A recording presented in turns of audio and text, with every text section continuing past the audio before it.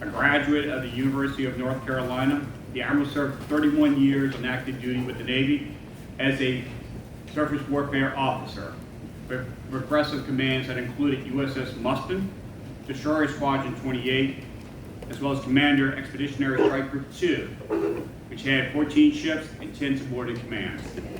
She's also did tours with the Pentagon and on staff of the Chief of Naval Operations as Deputy Director and the Director of the Surface Warfare Division. With this, Administrator, all yours. Thank you, Ken. Good afternoon, everyone. This will be an interesting opportunity to excel as I have to turn my head back and forth all the time to catch all of you, but I'm looking forward to it. So this is a beautiful facility. Honored to be here today. I'd like to thank the John Jay College staff for hosting us today, and of course the Navy League of New York Transportation Institute and American Maritime Congress for inviting me in for putting this day together, which has been terrific. As I get started, there are some folks here with me from the Maritime Administration and other important entities related to us. First and foremost, I'm accompanied by one of my special advisors, Mr. Will Sheehan, who is here today. Our local North Atlantic Gateway Director, Captain Tom Morgan, is here today. Tom is our Gateway Director in this region. And our very own Vice Admiral Joanna Noonan, Coast Guard retired, and Superintendent of our Merchant Marine Academy is here also. You're going to hear from her later on this afternoon on the panel. But Admiral Noonan, thank you for joining us. And thank you for taking on the task of leading the charge to produce America's young and most important young mariners. I'd also like to thank Bethany and Mooney. I'm not sure if she has departed for her tremendous setup of the challenges facing the maritime world broadly this morning, and also to recognize our regimental commander from the U.S. Merchant Marine Academy, which of course got Katie McGillicuddy, who's also here. Katie, stand up, wave. Third female regimental commander. Someone earlier in a panel where I was in the audience said that apparently you have to be a woman in command of something to be here today, so sounds okay to me. So, I believe we're also expecting Deputy Secretary Polly Trottenberg to join us later on today. So when she arrives, Deputy Secretary of Transportation, we look forward to her joining us. What I'd like to set the stage for this afternoon is to kind of update you on things that MARAD is doing, because a number of the panels that we have heard from this morning have talked about actions and activities that may be underway or could be underway or are very important to the future of the maritime industry. And I would submit that an awful lot of what we are doing right now is serving as a catalyst to get to that future that you all have envisioned and have talked about so far today and will hear more about this afternoon. So I'm excited to talk about them. I'll do some myth busting. I was talking with Jennifer earlier. There's always myth busting involved when it comes to the maritime world.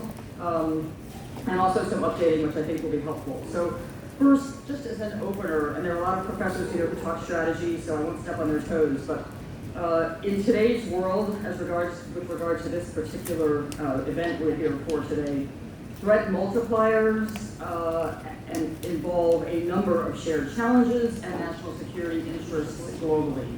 Political tensions, supply chain disruptions, all things we've talked about, unregulated technology, cybersecurity, climate change and extreme weather, and certainly our energy choices and dependencies, even in this time of alternative energy solutions evolving, have created exposure within the maritime environment broadly. And I would add to that, because we've heard so much about it this morning, including the impact of foreign maritime shipbuilding and repair and competition in that context as well. Securing the maritime domain is not only a whole of government undertaking, and building the maritime industry is not only a whole of government undertaking. It also requires insight and expertise from the maritime industry professionals, academics, and other stakeholder experts. Many of you are here today. So, as a maritime administrator, and a lot of people have said interesting combinations of MARAD today. So, MARAD, MARAD Administration, Maritime Administration is a resident within the Department of Transportation, one of the 8 agencies within DOT. We were not always in DOT. At one point we were in Commerce. We also at one point included the Federal Maritime Commission. We split off from them actually in the 60s. They are now a separate entity. We love them. We work with them. I refer to them as the oracles. One of them is here today, Commissioner Bensel. But they regulate the industry, mostly the external industry delivering to this country. We do not regulate at all. We foster, promote, and develop. So we are separate, but spend a lot. We have a lot of common interests, but we don't administer them. The Maritime Administration is about 830 people. Where might they be? 300 of them are in Washington, D.C., at 1,200 New Jersey, Southeast. 293 going to 4 are at Kings Point. That's the superintendent and everybody that works for her. The entire staff are all Maritime Administration employees. And about 300 of them, and yes, the math probably doesn't work, about 300 of them are out at my fleet concentration areas around the country. My 3 fleet sites: Norfolk, Virginia, Beaumont, Texas, Susunday, California. They are overseeing my Ready Reserve fleet, which is stationed around the country, 48 vessels right now, and they are managing our ghost fleet, what people refer to as ghost fleets, which are vessels that are in layup and in large part waiting to be disposed of, and other National Defense Response Reserve Force vessels, NDRF vessels. So I have an RRF, and then I have an NDRF, which the RRF is kind of a part of, but those 300 people are around the country managing those vessels. So the reason that means, what that matters to you, the reason why that matters to you is, when you're talking policy, when you're talking managing maritime security, tanker security, cable security program, when you're talking building new vessels, managing the Ready Reserve fleet, assisting the Merchant Marine Academy with contracting and other needs that they have, overseeing our port infrastructure development program, our U.S. Marine Highway program, our small shipyard grants, building the NSND, working with our state maritime academies, collaborating across our stakeholders with industry, labor, and our centers of excellence across our training programs that we coordinate with but do not own. 300 people are doing that work. 300 people. Plus, the people at the Merchant Marine Academy who are helping to train our midshipmen of the future, and the work that professors and other staff do there. So we are not a large agency, and we have a tremendous amount of responsibility. I just want everybody to understand that, because I think people think in Washington, D.C., there's always more people you can throw at stuff. There are, but in our case, there aren't. That's what we have. And in effect, we are the service. We are the service, like the Navy is the service to the Naval Academy. We are the service to the Merchant Marine Academy, one of our 5 federal academies. So very important to understand that. So I spend a lot of time ensuring our agency does its part, first and foremost, to protect the interests of the United States, and also those, as was mentioned in the panel I was just on, which I was terrifically glad to hear, of our allies and our partners. This does matter. Importantly, everyone in the room here are not the only ones interested in protecting our interests in the maritime domain. And as discussed, allies and partners are as well. Over the past 3 months, just by chance, I have been on quite a traveling binge. Not intentionally, it just worked out that this is when all of these events fell together.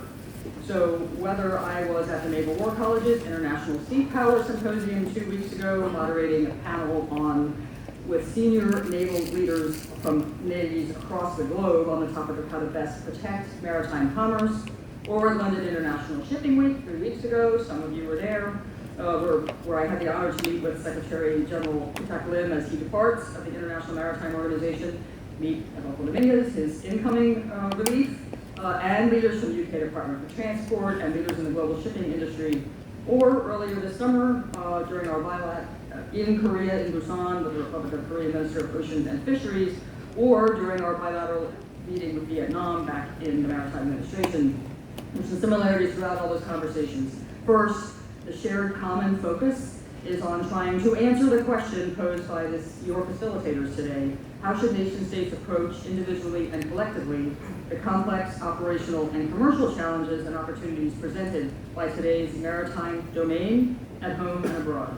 I can tell you there is also concern for maintaining shipbuilding industries across all of those nations as well, including Korea, who has a robust shipbuilding industry, as we know, and the mariner shortfall is universal. Every place we have been, people are talking about the mariner shortfall. I've heard, it was really interesting to hear it laid out at KIMF in Busan by the director, really looking at a global perspective of why there are various shortfalls in various countries.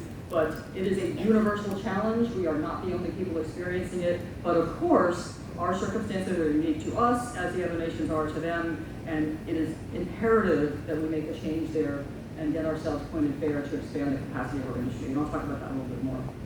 So, as the Maritime Administrator, my job is to foster, promote, and develop the maritime industry of the United States to ensure our nation's economic and national security needs are met As discussed, we are an operational and a promotional agency. That makes us a little bit different from the other agencies in DOT.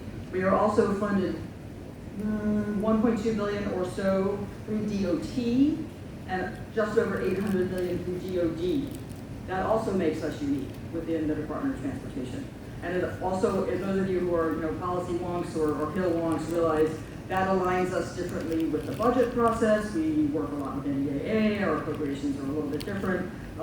So we are kind of in a different cycle than others. The FAA is the other operational agency within DOT. So, as I move through our foster, promote, and develop world here, my focus today is threefold: commercial, military, and third, as I mentioned, building and training the merchant mariner workforce of tomorrow. So what are we doing to expand capacity on the commercial front? Certainly from the perspective of maritime commerce, which includes commercial and military transport ships at sea, coastal vessels, inland vessels, infrastructure that supports all of them, port facilities, ship repair and construction, housing table, ship repair and construction, and intermodal transportation systems. We certainly learned during COVID how easily our supply chain is disrupted. Beth and Mooney talked about that this morning. We've had others talk about it during our panels today. But the life-threatening effects to communities around the world caused by COVID were certainly equally as impacting here as we learned the hard way just how in sync all the pieces had to be to actually function. And I think someone said ports got blamed for it, or maritime got blamed for it, but it wasn't really a maritime problem. It wasn't really a port problem either. It was a get the stuff out of the port and pull it through the system problem. And we're still working to fix that. We're still working to fix that. To protect against such disruption, we at MARID continually work to facilitate maritime commerce through our grant programs, specifically port infrastructure grants, small shipyard grants, U.S. Marine Highway grants, and through loans made possible by our Title 11 program. A few days ago, Secretary Buttigieg announced the award examples of our U.S. Marine Highway program grants this year. 8 were issued, 8 different states, grants totaling $11.9 million. Now let's think about that for a minute. We're talking about the entire U.S. Marine Highway system and the U.S. Marine Highway program, which is intended to get initially container carrier, cargo carriers, containers off the roads and onto our maritime system, our rivers, to take better advantage of our internal, our riverine and coastwise capacity to move goods.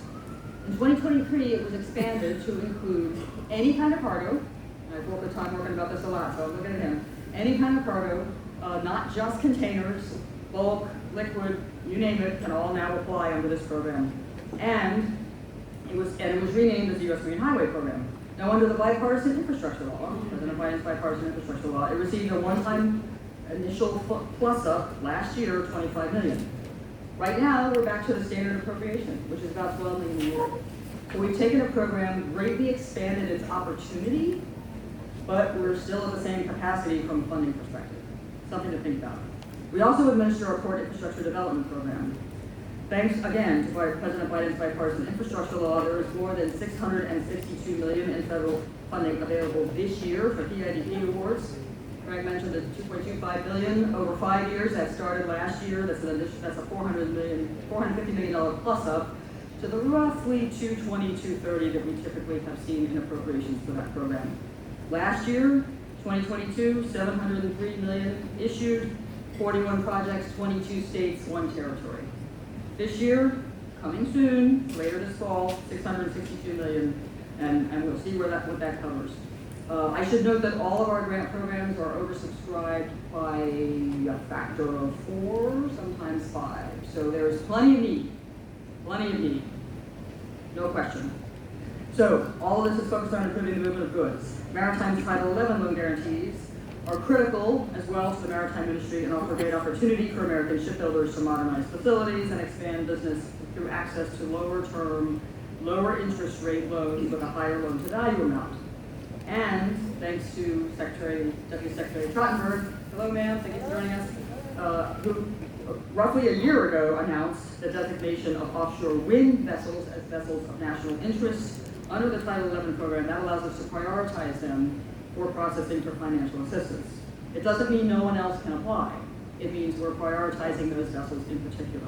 And we are on the cusp of working through our first loan in that process, and so you will know when we are ready to make that public. But we're getting there, we're making progress. We're doing everything we can to support the President's goal in this context of deploying 30 gigawatts of offshore wind by 2030.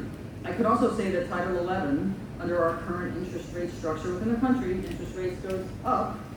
People are suddenly very interested in Title 11. It had been middling along without a lot of interest while interest rates were low. Now they're high, now we have a lot of interest. So it's very important that we are able to move this program along, and we are doing everything we can to do so. Small shipyard grants, a program that is very active, universal interest across the country, typically funded at about $20 million a year. $20.8 million went out the door this year in FY23, 27 shipyards in 20 states. These funds help awardees modernize, increase productivity, and expand local employment opportunities. They can also be used for workforce development training. I'm touching the table. They can also be used for workforce development training, and we've seen shipyards take advantage of this. Philadelphia is one of the examples, and I'll talk about them a little bit later. But that helped in some ways get them started on the building opportunities that they are experiencing today, which is great. So, lots to be done here, and again, programs always oversubscribed, significantly oversubscribed. All of our ports, highways, and harbors and marine highways are vital connectors between sea lift and surface distribution and mobilization. So we continue to support the development of port infrastructure, not just in the 18 commercial strategic sea lift ports, but throughout ports across inland, riverine, Great Lakes, wherever. There's tremendous opportunity here. And what we have seen from these grants, in particular PIUP, people come in and talk to us and tell us that this offers a generational change for their community. The opportunity to advance, to create jobs, to build up a business or improve a business that they have wanted to do for years. In one case, a Great Lakes port told me, we're finally going to be able to fix a wharf that hasn't been maintained in 100 years. So that's a long time, most of it built really well. But it's providing capacity and opportunity to places that typically have not seen it, and that is a tremendous opportunity for us as a nation. So shifting to military, we talked about this in the panel, I was just saying that it was great. We also support the Department of Defense in their efforts to protect and defend our national interests globally. Our strategic sea lift provides the nation with the capability to provide and project power by deploying forces so that we can fly moving cargoes worldwide during peace, war, and in times of crisis or in a contested environment. As you heard from many of the panels this morning, sea lift requires a combination of commercial and federal resources to succeed. Our government-owned strategic sea lift fleet includes the Ready Reserve Force as a single surge sea lift provider, which supports our now 92, yes, the U.S. flag fleet is growing, 92 privately owned, commercially operated, internationally traded U.S. flag vessels. Most of these commercial vessels, but not all, participate in the Maritime Security Program, Tanker Security Program, and Cable Fleet Security Program, which we manage to ensure capacity that the Department of Defense needs in response to national security or national defense needs. Transcom's byline here is commercial first, and they have to ship things overseas. We'll talk about cargo preference here in a minute, but they will go with the commercial with our U.S. flag fleet first for that need. And then, if they don't have enough capacity, they will activate ships from our Ready Reserve fleet. Our Ready Reserve fleet is 48 government-owned vessels right now. It is growing. 8 vessels are underway today, and we have seen an operating tempo this year for those vessels. 9's been the highest at any one time, except for some turbo activations. But our operating tempo, our tempo that we have seen, op tempo, or Navy types, that we have seen this year is the highest that we have seen since Operation Enduring Freedom. Now, Operation Enduring Freedom, we activated a whole lot of ships and spent 6 months doing it to support the ultimate outcome of that event. But we are seeing a very high level of operation for us, and many of these vessels are involved in all kinds of things. They are supporting Ukraine operations, of course, but they are also supporting exercises and other needs as Transcom requires them. So that's a big part of our operational side. This is DoD money, by and large, and the challenge with these, as many of you know, is they are an average age of 46 years old. I'd like to go visit them because a lot of them are steam ships. I'm a steam engineer, and a lot of the people operating the steam ships look a lot like me. We have very similar birthdays, we have gray hair. So that says something, right? Steam in the nuclear power world is modern, but steam in the fossil fuel world is aging out. And so these vessels are well past their expected use. It's essential that we recapitalize. In fact, it's existential that we recapitalize. So we are doing that, consistent with the three-pronged approach in the Navy's 2018 SEALIT that the nation needs report to Congress, recapitalizing and modernizing the aging RRF, first through service life extensions. Back to we need more shipyard capacity, maintenance capacity, we need more dry dock capacity. We're competing in that with the Navy, Coast Guard, Army, NOAA, and anybody else that needs a large dry dock. And that is a challenge for all of us. There's not enough capacity there. But nevertheless, we proceed, and we are working on select service life extension programs for those vessels. We are also purchasing, under a vessel acquisition manager process, newer second-hand vessels that meet military needs as defined by a board, Transcom, NAVSEA, Navy, others, and have completed the purchase and delivery of 5 vessels to date. Those are the 5 that we have purchased. Some of you track this. The 5th vessel, the Cape Star, was delivered this week in Norfolk. If you're in Hampton Roads and you wonder what the 3 very large orange vessels are, those are 3 of the vessels we purchased. Hard to miss, they're enormous, and they are neon orange. And there are 2 other vessels they are purchased, Cape Arundel and Cape Cortez. One, Cape Arundel has started her sail around, she's completed her COI with the Coast Guard, and she's heading to Pascagoula. Cape Cortez we're working through, and we'll continue to bring them into the ready reserve. So this is a recapitalization strategy. It's a good strategy. We're authorized to fly up to 9 vessels. However, what do we want the most? Roll on, roll off. What's the most expensive thing out there? Roll on, roll off. So great idea when it was envisioned 10 years ago or so, but in the market we're in today, this is a challenging program. However, we will proceed with the taxpayers' best interests at heart and continue to move forward with that program in concert, again, with Transcom, Navy, and other DoD entities. We also received in the 2023 National Defense Authorization Act authorization to consider the 3rd prong of SEALIT that the nation needs 3-part strategy, and that is the opportunity to build 10 strategic SEALIT vessels, new construction. If funded, and it is not funded, MARAD will use the vessel construction manager process already in use for building our national multi-mission support vessels to build these new strategic SEALIT vessels, if funded. So interesting opportunity. We'll see where it goes. We've got an authorization, and we'll see if we get some traction there in the future. I also want to talk briefly about a maritime security program, tanker security program, and cable fleet security program. Those all came up in this morning's conversations. So in the context of providing SEALIT capacity using U.S. flag vessels, and this is tied to cargo preference, which as many of you know has a 100% requirement, anything that's shipped for DoD, under DoD, must go U.S. flag, anything, U.S. flag. There are other criteria for other kinds of things, and materials building embassies overseas also must go U.S. flag. And non-DoD agencies, think USAID, DOE, others, 50% requirement. So 50% of that cargo for non-DoD agencies must go U.S. flag. This presents an interesting conundrum for my cargo preference office, because the question is, which 50%? First 50%, the last 50%, 50% by year, 50% by mission, 50% by program. Quite complex. We have been directed to issue a rulemaking to help clarify some of this. We are in the process of doing that. It is tedious at best, and we'll see how far we get. I was testified before Congress a year ago about this. We agreed that we would do this rulemaking, but you can imagine it is not a simple matter. The Maritime Security Program, part of our sustainment SEALIT, 60 commercially viable, militarily useful vessels active in international trade. We've talked about that. MSP operators provide DoD with assured access to vessels, as well as the multi-million-dollar global intermodal networks maintained by participating carriers. They also, and this is an interesting point, and we'll get to this again later too, provide employment on their vessels for more than 2,400 highly trained and skilled U.S. merchant mariners, helping to maintain our mariner workforce. They also support more than 5,000 shoreside industry jobs, so there's quite a bit riding on these programs. There are 58 vessels in the program now. 2 were tank vessels who rolled over to the tanker security program.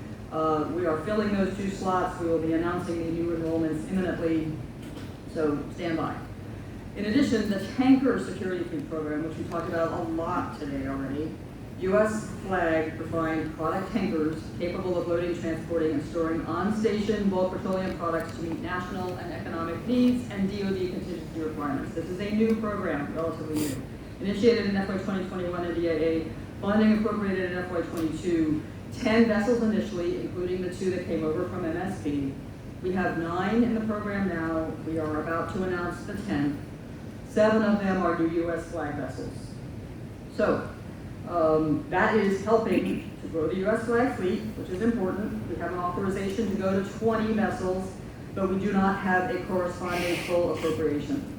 For those of you who track dollars, yes, there is enough money in rollover and carryover funds in the program to go to 20, but if I don't have a full appropriation beyond that, you know, Sam Norton is not here, but if I ask him to raise his hand and say, oh yes, I'll bid on the next 20, if you don't have a full appropriation, he probably won't put his hand up, and he shouldn't. So we want to go to 20, we have the authorization to go to 20, we're working with Transcom on what we should do and how we move forward. But this program is in direct response to Department of Defense needs to counter threats in the Pacific Theater. We've talked about that in a lot of the panels this morning, we've heard it in nearly every single one. This program was designed to start to counter that threat. Now, some of you will say to me, well, we need a whole lot more vessels than 20, or even 10. Yes, we do, fact. But this is a start, right? What did I say at the beginning? These things are catalysts for the future. So we are making progress in building towards future capacity. We also have, somebody asked about cables, we have a cable security program fleet. 2 vessels tasked with helping to protect and maintain support for U.S. seabed infrastructure. Interesting program, came into being right at the end of the last administration. A little bit of challenge over the past year, understanding where in DoD this resides. That has now been resolved. We are moving forward. It continues to exist. And for those who are concerned about being concerned, yes, there is thought about this. And the general consensus with this program and the tension surrounding it is, should this be a commercial industry thing that's done by commercial industry, or should the government have some capacity? So the cable security program fleet, as it exists right now, provides the government that capacity if it needs it in time of crisis. I mentioned cargo preference earlier and talked about the requirements, 100% DoD, 50% non-DoD. But the other thing cargo preference does is it drives the ensuring demand for U.S. flag vessels, and in support of DoD requirements in particular, that drives the enduring demand for U.S. mariners. You have to have cargo preference to drive the need and market for vessels, otherwise if they have no guaranteed cargoes, why should they be U.S. flag? It is more costly. That's why MSP, TSP, and CSP exist. Those companies all get a payment from us to partially defray the cost of sailing U.S. flag. But they also drive the requirement for mariners. So what we're seeing now, this is a circular process. With tanker security program, we need tankermen. We need people with tanker qualifications. We don't have enough. So as these vessels come in, we are going to have to spend more time developing and focusing on building the capacity within our mariners to man tanker security program vessels. It's a good opportunity, but all these things have to work together, and there's always, it's like levers have to be pulled to make this happen, and there's always going to be a lagging entity. So we've got the ships, we've got their cargoes, as Sam Norton mentioned this morning. Transcom is going to be responsible for those government-impelled cargoes, and seeing that in particular for the tanker world, these cargoes are available. Now we have to build the maritime workforce to support this. It all fits together over time, and it takes time, I think most importantly. I mentioned building the new National Multi-Mission Support Vessel. First vessels built by the Maritime Administration in 60 years. Yes, 60 years. Last thing we built was Savannah, nuclear-powered cargo and passenger ship in Baltimore right now. She has been denuked. She doesn't have a reactor on board anymore. But that's the last thing we built. So, NSND, this is our focus to attract and train future mariners. Our nation has never had and never built such ships. It is definitely unique to us and for us.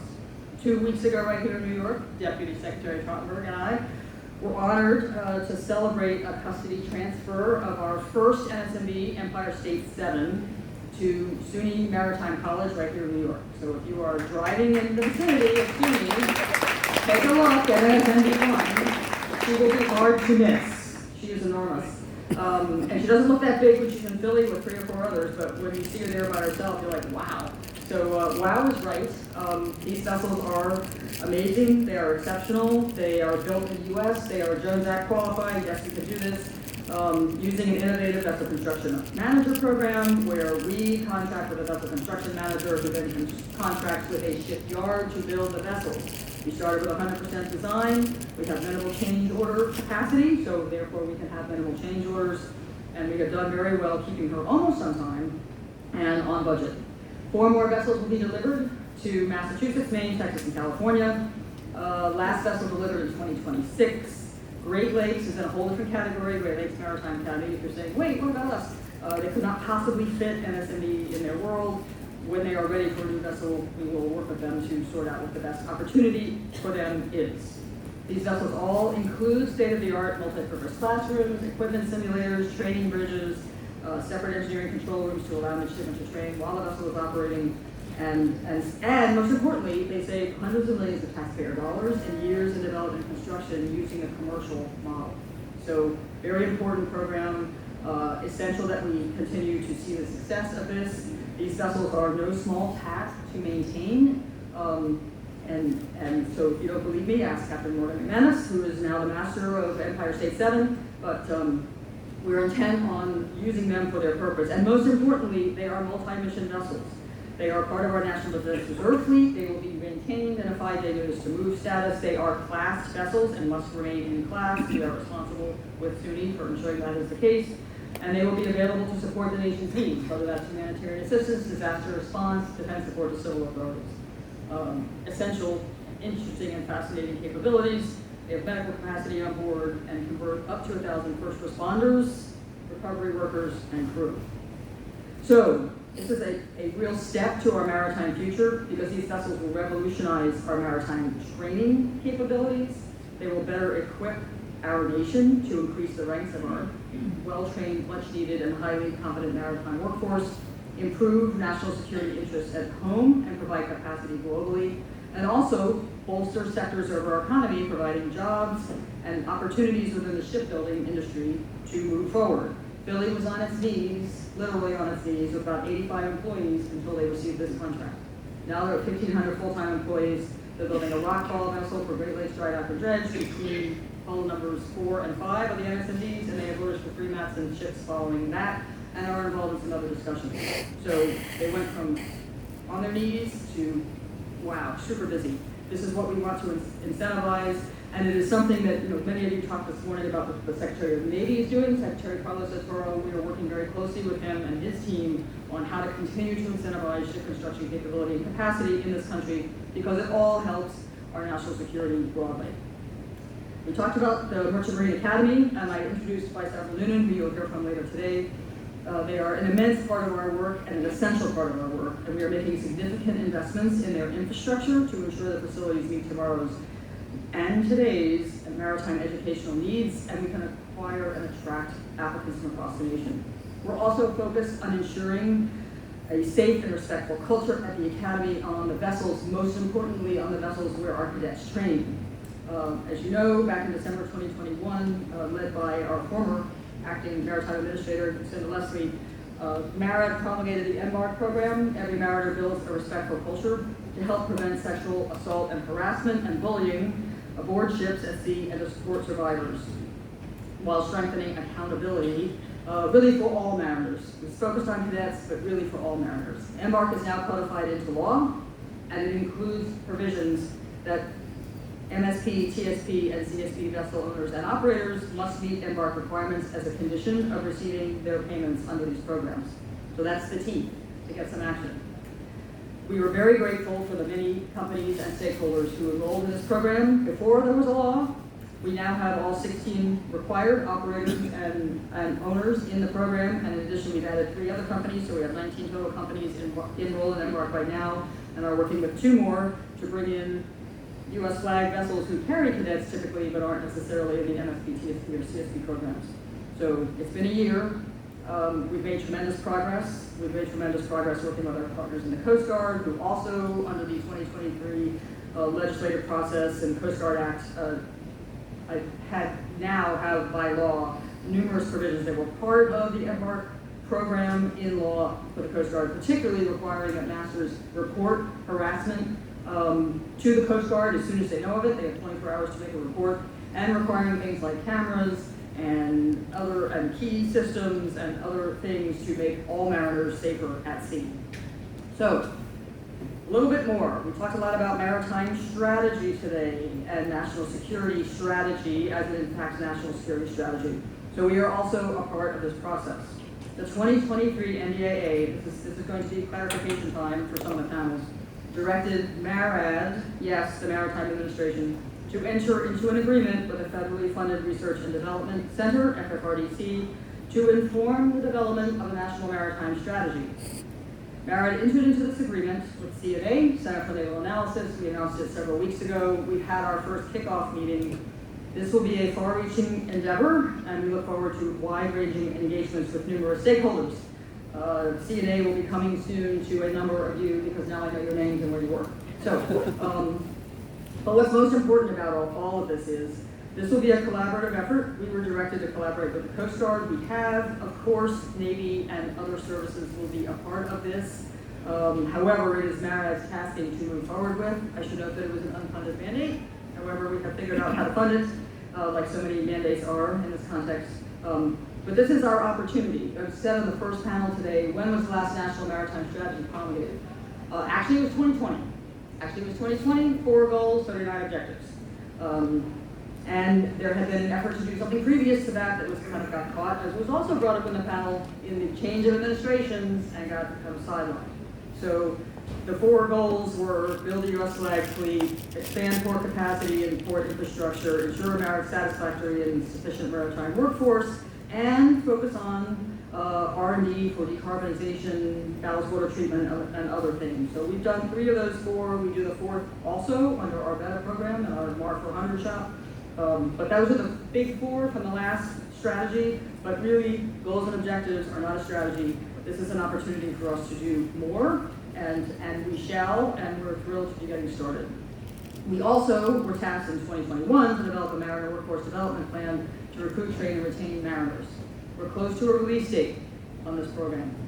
You're wondering why it's taken so long. Well, first of all, we felt we needed help, so we had asked to enter a contract with Volpe to help us. Second, last year, in September, we convened 75 stakeholders on the topic of the mariner workforce shortfall. Fuentes was a big help here. Jennifer Carpenter was a big help here. Out of that effort, which really built on a number of efforts that were already underway, came some more focused efforts. People gathered together. Salvador led one initiative for the Transportation Institute. There are others that are still underway.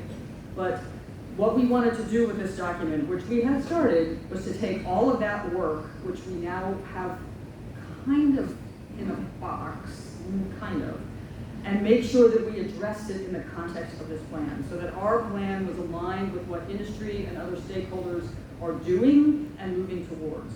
Dr. Kumar and I had an interesting talk about how we were going to tell Congress why it was late, and I said, I'm going to blame COVID, and he said, I'm going to blame you. So we did blame me, because I'm guilty. I'm the one that made him rewrite it. And it is rewritten, and it is great, and we look forward to getting it out there. Remember, we can only operate within the authorities and appropriations that we have, and we have to work with a collaborative team to move forward. The focus, recruiting, retaining, training, and what kinds of demonstration and research priorities related to those 3 might be effective to help continue and encourage mariners to stay in the service. So all of this will complement the work of the Merchant Marine Academies, state maritime academies, labor schools, other stakeholders across the nation who are already working on this task. So, in closing, I'd like to reiterate that our complex operational and commercial challenges and opportunities certainly are there. Seize the day, take it as an opportunity rather than a threat, but they require a comprehensive, coordinated, and collaborative effort across industry, government, labor, all of the above to make progress. And it must include our allies and partners. Very interesting points made this morning about why aren't we working with our allies and partners more in some of the things that we know are challenges. So collectively, we can and we must ensure that our maritime domain remains secure and that the U.S. remains a maritime nation and continues to thrive in that context. Thank you.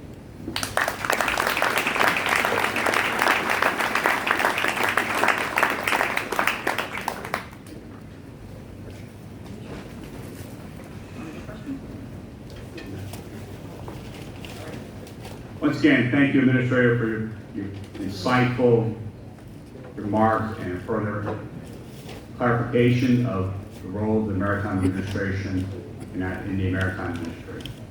With that, we'd like to move on to our next panel. So if everyone would make their way to the theater, we'll reconvene in about 5 minutes, and we'll see you there. Thank you.